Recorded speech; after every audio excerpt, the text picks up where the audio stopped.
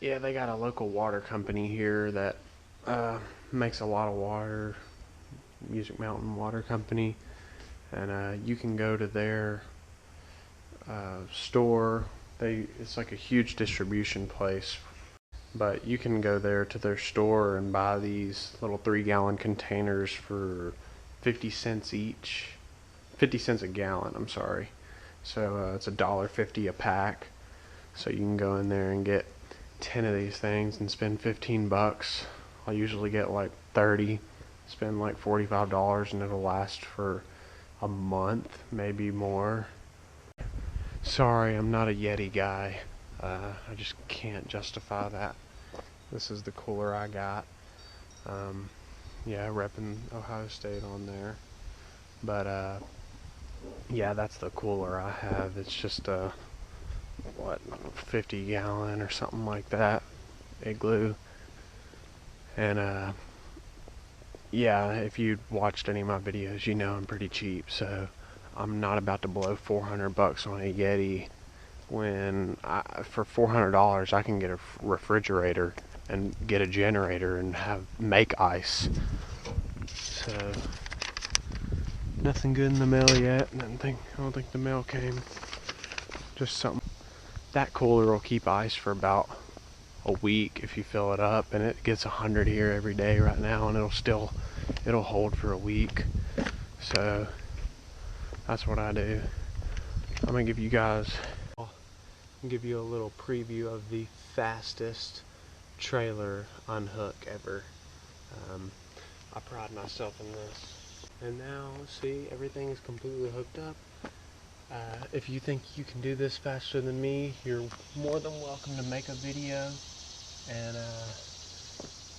post it on my comment feed and time yourself.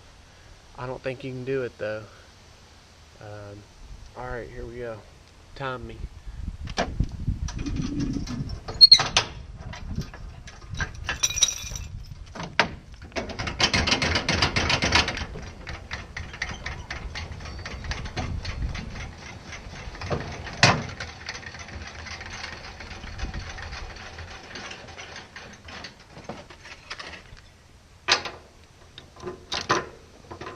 You're just not gonna beat that. But if you think you can, see everything locked up, good to go. I can pull out. What was that? About 10-15 seconds max. I'll make that my first challenge on my video feed. Let's make a challenge to all the lawn care guys out there. See who can unhook their trailer the fastest. There's mine. So all you other lawn care guys, if you watch my channel, post a video of you unhooking your trailer, and we'll time it, and we'll see who's the fastest. I feel like if I can hook my trailer that fast, I can probably mow a yard that fast too. This video is mainly about how I got started and everything. People have wanted to know that. I kind of might have had it a little easier than some people. I'll just take you from the very beginning to now, I guess. When I first got out of high school, I worked at construction company, road construction company that my family owns, and I did that. Well, I went to college for a little bit, for about 6 months, and then really didn't like it. It just seemed like a waste of money to me. So moved back home, started working with my family at their company. Didn't really like it.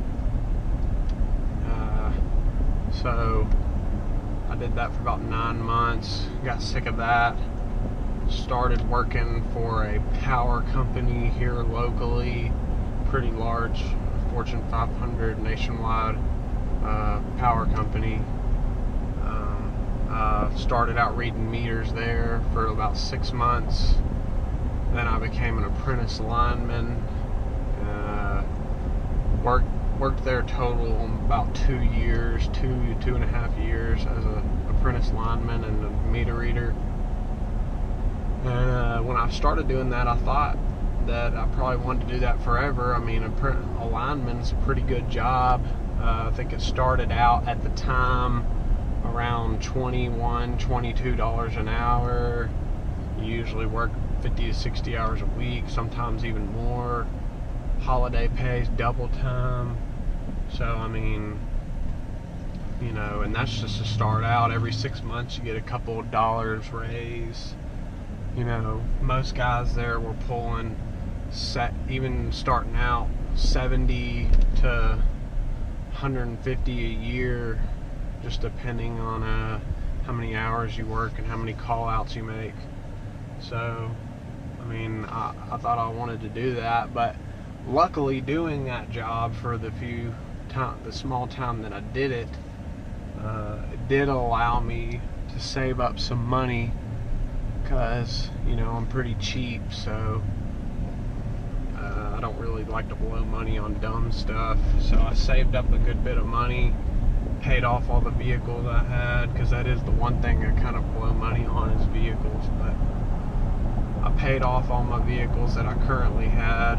I had a Jeep Grand Cherokee at the time, a 2012 Jeep Grand Cherokee Overland loaded, and then I had that brown Silverado, a 2007 Silverado Z71. I got some videos of it if you want to look at them, but that's what I did. And I ended up I paid off that truck. I had about $10,000 in the bank, and some crazy stuff started happening at that job. I was kind of working out of town, so I ended up not having that job anymore, and that was about 2.5 years ago when I stopped working there. So I was kind of just like, it was unexpected and everything, so it kind of threw me off.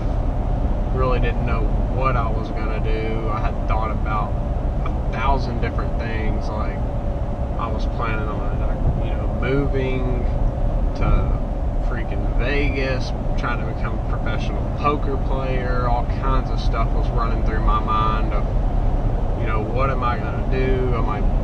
Some of my family does real estate. I was like, well, maybe I'll do real estate. Though it was just, I didn't know what to do. So I got a part-time job at the airport, working instantly. It took me about 2 weeks. And wow, look at all these cars in the middle of the road. You always see something in Louisiana. There's always something crazy. People all over the road and stuff. People don't know how to drive here. But yeah, so I got a part-time job about 2 weeks later. I got real lucky on that, because I mean, I wasn't planning on losing my job or anything at the power company. So I went from making $70,000 a year to nothing, and so it was a big hit. And I was like, crap, what am I gonna do? I got this part-time job at the airport making $12 an hour. You know, I was making $30 an hour, so I was like, wow, I mean, you know, whatever, I'll figure something out. And started working there about 20 hours a week. I'd go to work at about 3 in the morning, and I'd usually get off around 8 in the morning, so you just worked about 5 hours a day. And I did that for about a month. I started in January. I did that for about a month or two, and then I was starting to kind of having to eat into my savings to pay all my bills and house note and all that. So I talked to this guy that a friend of mine went to church with, and he did yards, and he had a bunch of big contracts, and he had been doing it a while. He wasn't much older than me though, and he had about, I just remember the main thing was that he had this big commercial complex that paid him $36,000 a year alone, just for that one complex. And I was like, wow. And he said, he spends a day there each week. So, one day a week at this place, and you're pulling $36,000. I was like, think if you had one of those for each day of the week, times 5. You're talking about $170,000, $180,000 a year off of just 5 accounts. I mean, that's not very likely that you're going to get all of those. Those are like 1 in a million accounts, but the opportunity was there. And he had said he needed some part-time help and stuff, so I told him, yeah, I know how to use a weed eater and stuff. I'm pretty good with it. I used to mow yards in high school and everything on the side, so I can help you out. And I was supposed to help him originally for like $10 an hour. Well, it didn't end up working out that way. I never heard from him. So I was like, well, I got to do something, man. I'm just going to try to do it myself. And I just had a push mower. I think my mom lived out of town at the time. I got her old riding lawn mower. And one of my friends, he had an old zero turn from his grandpa, and it was a chain driven one from the 90s. And I was like, well, screw it, we'll go with what we got. I had an old weed eater. Everything was like Walmart quality stuff, but it was all old and used, so it was worse than Walmart quality because it was falling apart. But I was like, I gotta do it. I should be okay. That lasted about a week.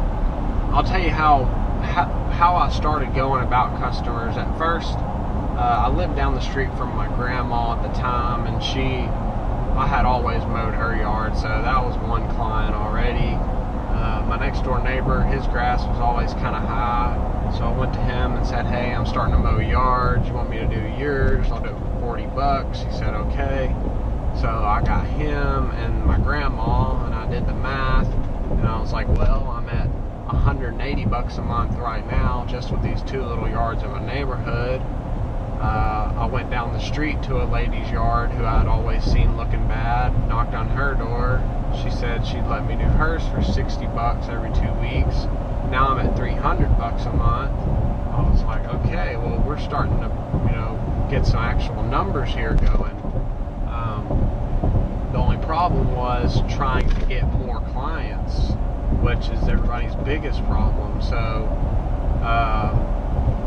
instantly I just went to Craigslist, because I don't know how it is, and it just depends on the area, but Craigslist is semi-popular here. I think a lot of people use it, and of all ages too. That's what surprised me the most is I've had 70, 80-year-old people call me from Craigslist. So it's not just young people. I mean, the older generation knows how to get on the internet and look for stuff too. So, you can really pull all kinds of clients from there, businesses and everything. So that's what I did. I put together a real nice Craigslist ad. If you go on Craigslist to post an ad for your lawn company, you're going to notice that most of the ads are really just pointless. They say like, JB's Lawn Service, call me, blah blah blah, here's my number, I'll cut your yard. Like, I would never call that guy. Like, just some random, it doesn't have a picture, he doesn't even capitalize his letters, it just says call me at this number. Like, so it really wasn't much competition advertisement wise. So I had a bunch of pictures of yards I've done. I got a real nice format wrote a real nice thing describing all the things I can do and my experience and my equipment, stuff like that, just detailing everything. You want to have a real detailed Craigslist ad, or any type of ad. You want it to be real detailed and sounding very professional. So don't just throw something out there. Take your time. You know, think about the words you want to use when you're describing it. Make it sound real professional, and that'll stand out. And people are going to go down the list and click on yours. And I think that's what worked for me right off the bat. So I posted my ad. I would usually post it once or twice a day, and I just started getting calls like bam, bam, bam. You know, before you know it, a couple months later, I had 20 yards. The only problem was on my first yard I ever went to that I got off Craigslist. So an actual real customer that I didn't know, I'd never talked to him before. I pulled up there, mowed about half the yard, lawnmower broke. I was like, wow, what am I gonna do? Like, I hate going to somewhere and my equipment not working. It looks real bad, so I didn't really know what I was gonna do. I instantly, we just pushed the lawnmower back up on the trailer, and I told the lady I'll be back tomorrow. Sorry about this. She didn't mind. So it was about 2 o'clock that day. I went to the mower dealership here locally, and I was just kind of looking at them and stuff. And that was when I bought that 48-inch ExMark that I have. And I think after all of it was said and done, you know, 0% interest, 4 years. I think the note was about $130 a month. So, I mean, you really can't beat that. 100, you know, like I said, just from those 3 yards that I started with in my neighborhood, that was $300 a month right there. So, and then I had gotten that new yard, it was $50 every 2 weeks, so now I was at $400 a month. So it's a no-brainer to go ahead. If I was starting out right now, I would say whatever, if you already have some personal equipment that will get the job done on a couple small yards, go ahead and start out with just that equipment, and try to get you about 4 to 5 yards. And I would say once you get to that 5th yard, go out there. You know, if you're showing progress and these are good yards that you see yourself keeping, and you've been doing them for a couple of weeks, y'all have a good relationship, you don't see any reason why they would drop you, you know, now would probably be the best time to make that investment and go ahead and get a new zero turn, or maybe even a used one that's in good shape that you can get for a good deal. You know, like I said, mine ended up being about $130 a month, and I mean, you can't beat that. I can make that $130 back in a couple hours mowing yards. So it's not really, you're not having to pay for this lawnmower. It's an investment. I've made so much money off of that $130 a month. It's a great investment. You can't beat it. You're going to save time. You're going to look professional. You're going to be able to get tons more yards. It's going to be reliable. My lawnmower's never not started up. It's never broke down on the job. I have had belts break on the job, but I always keep an extra belt with me. I can prove it right now. Here's one. I just turned the camera a little bit, but yeah, so here's the belt right here. That's a drive belt. I always keep a drive belt and the blade belt, your PTO belt, whatever you want to call it. I keep that too, because that's the belt that's mainly going to break. A drive belt isn't going to break very often, in my experience. Maybe every 400 or 500 hours. The other belts, it's depending on, stuff can get caught in there, whatever, they break more often. Your actual belts that make the blades move. But yeah, anyway, so that's how I got started. Like I said, once you get about that 5th yard, it would be a perfect time, in my opinion, to go ahead and get a lawnmower and take it to that next level. Get you a good Craigslist ad. The second best way for me to get yards is just when you're out there driving around town. You know, if you see places with high grass, business or residents, just I've gotten a lot of good yards that way. You know, I've gotten a lot of yards through Craigslist, but I've gotten a lot of quality yards through just door knocking. And I'm not saying just go door to door and harass every person in a neighborhood, because some cities have laws against that, so you got to watch out. But you know, if I'm driving through a neighborhood that has real high, and I see a house that's got real tall grass, or maybe I've drove by the house a few times and it always has high grass, I'll just knock on the door and say, hey, my name's Reese. I have a lawn service here locally. I do a few yards in the area. Would you be interested in me giving you a free quote for your yard? I think I can give you a competitive price. I can do a real good job, be real reliable. And most people, you know, they usually say, yeah. I mean, if their yard, you know, I don't go to the house unless I've already staked out this customer. It's a prospect. I have a good feeling that they're probably going to say yes. I don't just go to a perfectly cut yard and ask them to mow the yard, because they're probably going to say no. But you know, if you've done your research on these houses and you see that they look like they need a drastic lawn service, you'd be surprised who will say, yeah, if you want to mow it, go ahead. And a lot of times, if you're going to go knock on a house and ask them if they want their yard mowed, you better be prepared to mow it right then and there, because that's really what'll get it done too. Is, you know, they'll say, okay, well, can you mow it now? If you say, oh, well, I gotta go do another yard, you know, they might not, you know, mess with you. But if you say, I'll tell you what, if you want me to go ahead and start doing your yard every 2 weeks, I'll mow it right now. If you like the way I did it and everything's cool, then I'll start mowing it every 2 weeks. They'll say, hey, yeah, it sounds good to me. I'll give you a shot, and then you can start doing it. So yeah, that's what I did. I did start out using crappy equipment.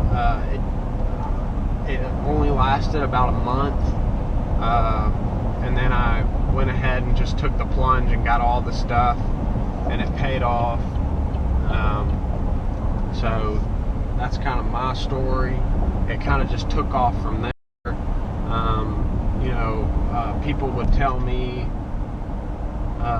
people would tell other people and recommend me, and I really don't even post on Craigslist that much anymore. I usually do kind of in the springtime if I want to pick up some more yards, but mostly now I don't really post on there. I just get any other yards that I usually just get them from driving around. I'll knock on the place or go inside the business and ask them, or just word of mouth. People call me through people they know. But yeah, I mean, it's really, don't be intimidated by seeing all these other lawn care companies. I mean, just because there's a ton of lawn care companies, there's always going to be more lawns. So you know, there's plenty of grass out there to cut. I never think there can be too many, because there's plenty out there. So what you got to do is just get out there, get some yards, knock on some doors, make some ads, and get it done.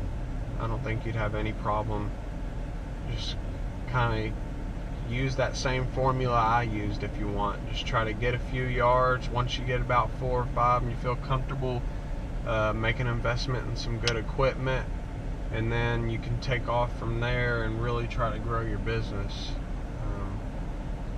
But yeah, that's pretty much it. If you have any questions, let me know, and be sure to subscribe. I'll be posting some more good videos here as soon as I get some more stuff to video.